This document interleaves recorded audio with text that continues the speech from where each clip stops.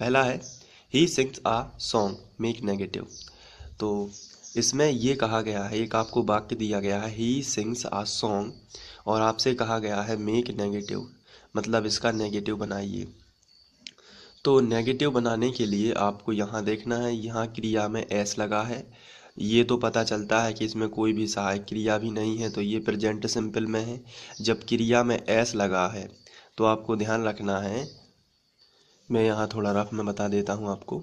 अगर जैसे क्रिया लिखी है सिंग, तो अगर क्रिया में एस लगा है तो आपको लगाना है डज, नेगेटिव इंटरोगेटिव बनाते समय।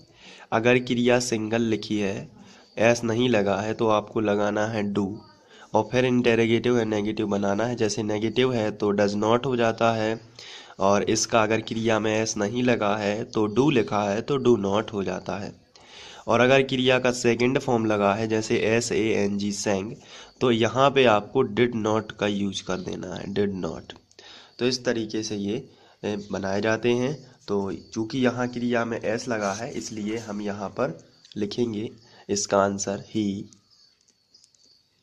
फिर इसके बाद चूंकि एस लगा है तो he does not, does not, और फिर ये एस हट जाएगा, क्रिया अपने फर्स्ट फॉर्म में वापस आ जाएगी, तो he does not sing a song.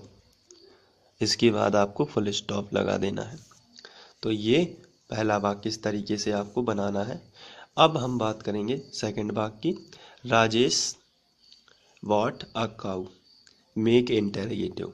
तो इसमें आपको देखना है राजेश ने एक गाय खरीदी, मेक इंटरोगेटिव।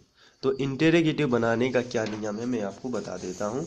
इंटरोगेटिव में आपको सहायक क्रिया आगे करनी होती है। सबसे पहले तो इस टेंस को पहचानिए, ये है पास्ट सिंपल। कैसे पता चला? ये BU जो क्रिया होती है वाई, इसका सेकंड फॉर्म लगा है वॉट। अब हम ये भी कह सकते हैं कि ये थर्ड भी हो सकता है, क्योंकि थर्ड भी क्या होता है, वॉट ही होता है। तो थर्ड फॉर्म अगर होता तो इसमें या तो हैज हैव होती सहायक क्रिया, या तो हैड होती, लेकिन यहाँ ना तो हैज हैव है और ना ही हैड है, ना सेल विल हैव है। तो इस हिसाब से हम बात करेंगे कि ये सेकंड ही है। तो इसका सेकंड फॉर्म है तो हम किसका इस्तेमाल करेंगे? डिड का। इंटेरोगेटिव नेगेटिव बनाते समय किसका इस्तेमाल करेंगे? डिड का। तो डिड का इस्तेमाल करेंगे, और चूंकि हमें इंटेरोगेटिव बनाना है तो इसलिए डिड को हम आगे रख देंगे, तो ये बनेगा डिड। इसके बाद सब्जेक्ट राजेश, किसी का भी नाम होता है तो उसको आपको बड़े से ही शुरू करना है, राजेश का आर बड़े से बनेगा, डिड राजेश, और फिर क्रिया अपने फर्स्ट फॉर्म में वापस आएगी, तो जो ये हो जाएगी VUY अ काऊ। इसके बाद आपको बहुत ही महत्वपूर्ण चीज़ याद रखनी है, इंटेरोगेटिव वाक्य में जब भी सहायक क्रिया आगे हो तो इंटेरोगेटिव वाक्य में क्वेश्चन मार्क जरूर लगाते हैं। अगर ये क्वेश्चन मार्क आप नहीं लगा के आओगे तो आप हो सकता है आपके अंक काट लिए जाएं। इसके बाद नेक्स्ट लेते हैं, if you work hard you will succeed. If you work hard, यदि आप, इफ़ का मतलब होता है यदि, और अनलेस का मतलब होता है यदि नहीं। और इफ़ यू वर्क हार्ड, यदि आप कड़ी मेहनत करते हो, यू विल सक्सीड, आप सफल हो जाओगे। अब इसमें हमें इफ़ के स्थान पर अनलेस का यूज करना है। तो जब हम इफ़ के स्थान पर अनलेस का यूज करेंगे तो आपको थोड़ा सा मैं नियम बता देता हूँ कि किस तरीके से होता है ये। हमेशा जो इफ़ का वाक्य होता है, ये जो है, अगर हम बात करें इफ़ का वाक्य जिस भी फॉर्म में होगा, दूसरा वाक्य भी उसी फॉर्म में होगा। जैसे इफ़ वाला वाक्य अफर्मेटिव है, दूसरा वाक्य भी अफर्मेटिव होगा, क्योंकि इफ़ का मतलब होता है यदि। लेकिन अनलेस का मतलब क्या होता है? अनलेस का मतलब होता है यदि नहीं। तो यदि नहीं जब इसका मतलब होता है तो इसमें नहीं शब्द छुपा हुआ होता है, किसमें? अनलेस में। तो जब ये लगता है तो अपने आप ये वाक्य कैसा हो जाता है? नेगेटिव। तो जब भी आप अनलेस लगाते हो तो आप नॉट भी लगा देते हो साथ में, क्योंकि इसमें नहीं लगा है। तो पहला वाक्य अपने आप ही बिना नॉट के ही नेगेटिव हो जाता है, क्योंकि इसमें अनलेस में अपने आप ही क्या छिपा हुआ है? नहीं। तो जब आप ये लिखोगे इफ़ की जगह पर अनलेस, तो अनलेस वाला वाक्य कैसा हो गया? नेगेटिव। तो दूसरा वाक्य भी आपको कैसा रखना पड़ेगा? नेगेटिव। जैसे इफ़ लगा है तो पहला वाक्य अफर्मेटिव है, इफ़ वाला वाक्य, तो दूसरा वाक्य भी क्या है? अफर्मेटिव है, इसमें कोई नॉट नहीं लगा है। अगर ये पहला वाक्य अफर्मेटिव है, इसमें कोई भी नॉट नहीं लगा है, तो ये वाला वाक्य भी कैसा होगा? अफर्मेटिव, इसमें भी कोई भी नॉट नहीं लगा है।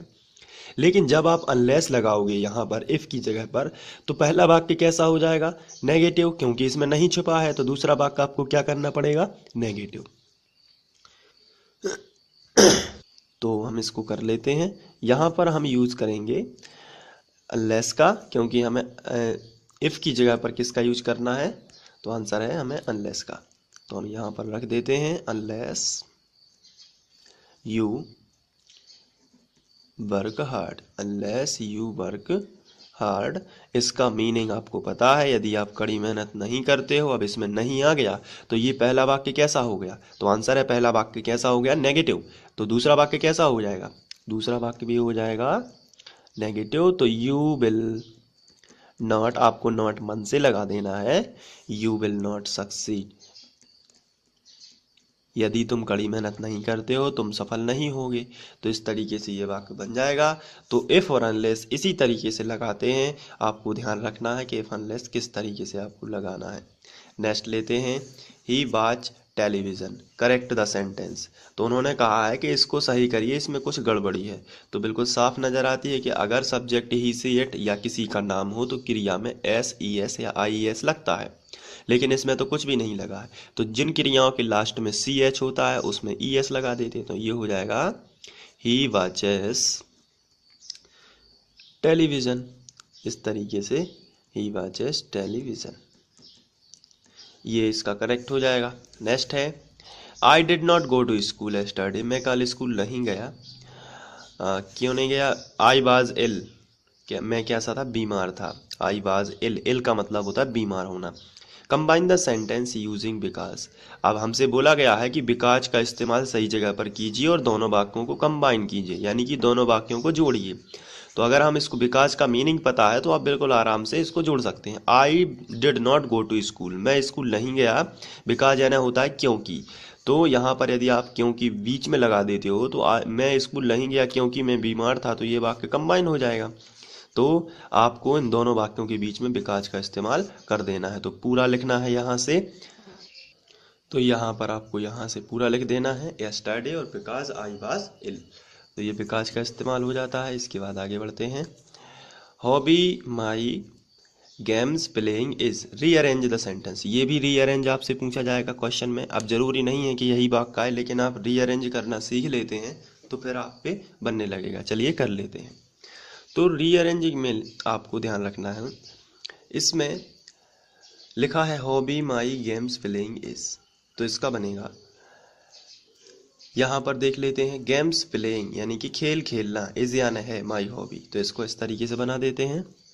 कुछ वाक्य तो आपको समझ में ही आ जाएंगे। गेम्स प्लेइंग इज यानी है माई हॉबी, माई हॉबी मतलब खेल खेलना मेरी हॉबी है। तो games playing is my hobby, मेरा शौक है। हॉबी का मतलब क्या होता है, शौक। तो ये रीअरेंज हो जाएगा। इसके बाद है, he is very lazy, he can not go to school morning, he can not go to morning walk, ये लिखा है मॉर्निंग वॉक। अब इसमें सो दैट का इस्तेमाल करना है। तो सो दैट का इस्तेमाल बहुत ही सिंपल होता है, जिधर वेरी लिखा है वहाँ सो का इस्तेमाल कर देना है और दोनों वाक्यों को दैट से जोड़ देना है, बस सिंपल है। और यदि वेरी लिखा भी नहीं आता है तो भी आपको सहायक क्रिया के बाद सो का इस्तेमाल कर देना है। तो यहाँ पर वेरी की जगह पर सो लिख दीजिए आप। तो यहाँ पर मैं लिखूँगा ही इज़ वेरी, वेरी की जगह पर क्या करना है, सो। तो वेरी हटा देते हैं और क्या कर देते हैं, सो। ही इज़ सो लेजी, और वाक्य खत्म हो रहा है इसलिए वाक्य को दैट से जोड़ देते हैं। दैट, अब ये वाला पूरा, that he can not go to morning walk, go to morning walk. तो इस तरीके से आप इन सभी चीज़ों को कर सकते हैं। और ये आप डू एज डायरेक्टेड जो है इनको, सो दैट का यूज़ तो होना ही है, और इफ़ अनलेस तो आना है, as soon as, no sooner than भी आ सकता है।